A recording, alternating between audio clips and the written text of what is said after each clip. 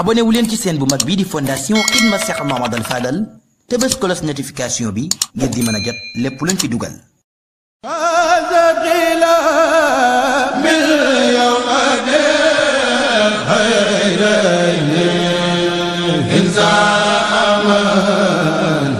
mbokki jullit yi mbokki taalibe yi gannaaw kuréel gi nga xam ne ñoo di fondation Khidma Cheikh Mouhamadoul Fadal di amal liggéey bu am solo ku liggéeyal Cheikh Mouhamadoul Fadal bu nekk kuréel fondation bu am solo nga xam ni amal nañ ci mel ni sax social ci biir ngir dimbalante ak ànd liggéeyal Serigne Fallou fondation Khidma Cheikh Mouhamadoul Fadal weer bu ne képp koo xam ne nii bokk nga ci dinañu la daggal rosi 1000 francs ak mi daal di nekk 12000 francs di liggéey bu am solo kuréel gii di amal di ci woo mbokki jullit yi di ci woo mbokki taalibe yi di ci woo soppe yi Cheikh Mouhamadoul Fadal yépp di wax ne ibbi nañu seeni buntu képp ku ci bëgg a bokk mbaa nga bëgg ci am leeral nga leen woo yile numéro 76 473 86 05 mbaa nga def 77 570 mbaa nga def 77 257 00 78 mbaa nga def 76 837 14 48 ba 00 393 533 330 582 fondation Khidma Cheikh Mouhamadoul Fadal di leen woo ci liggéeyal Serigne Fallou képp ku ci bëgg a bokk mbaa nga bëgg cee ami leeral te daal di ootee ci yile numéro asalaamaaleykum wa rahmatullah taala wa barakatuh